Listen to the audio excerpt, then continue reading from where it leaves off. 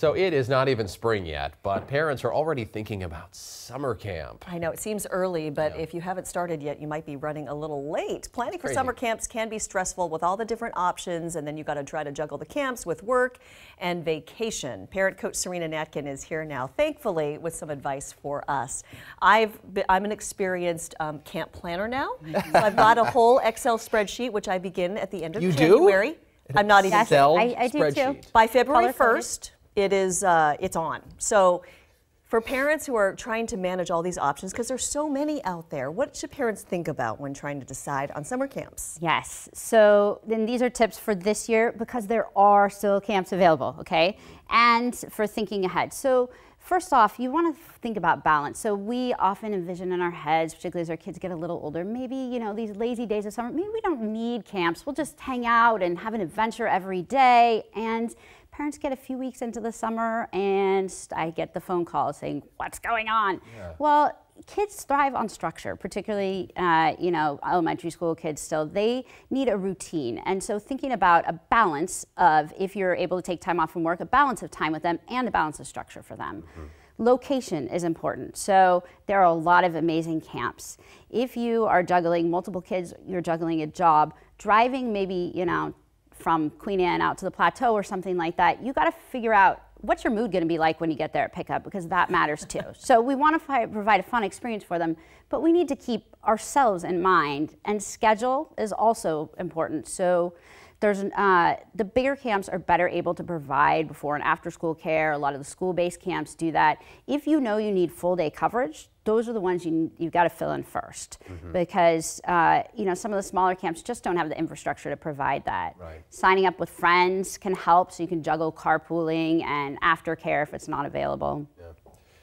So what kind of camp should kids consider, do you think? What do you recommend there? So I think there's so many things out there, and sometimes people are thinking about academic camps because they want to, we hear about that summer slide. Keep the learning going. Yes, keep the learning going. And if you have a child that is struggling in some area, that's a great way to sort of give them a boost over the summer or keep them engaged in that material. And we want to remember that there's so many different ways to learn.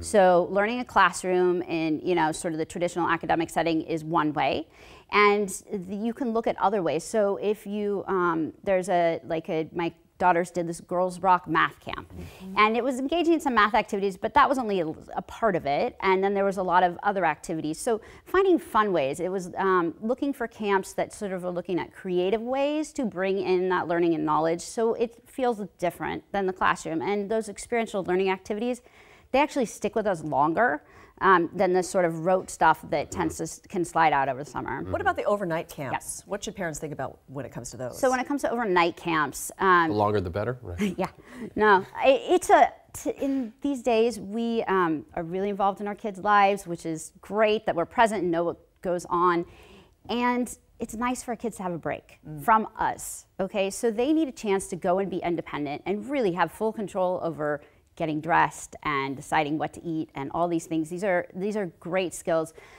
Kids come back with just a new level of self-confidence and awareness of, you know, other people in the world. It is a tremendous experience if it's something you can do. Age really depends on your own child, but for those of us who grew up going to summer camp, by 8, 9, if you can sign them up with a friend and go, they are ready for it. You know.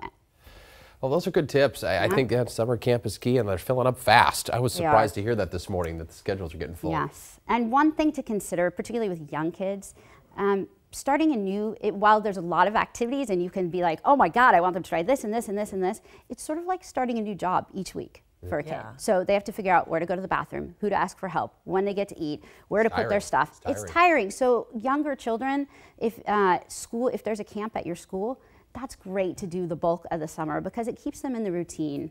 Yeah. All right, Sarina Natkin, thank you so much. If you want to consider reading more about Sarina's topics, you can go to her website, sarinanatkin.com. Thank you, Sarina.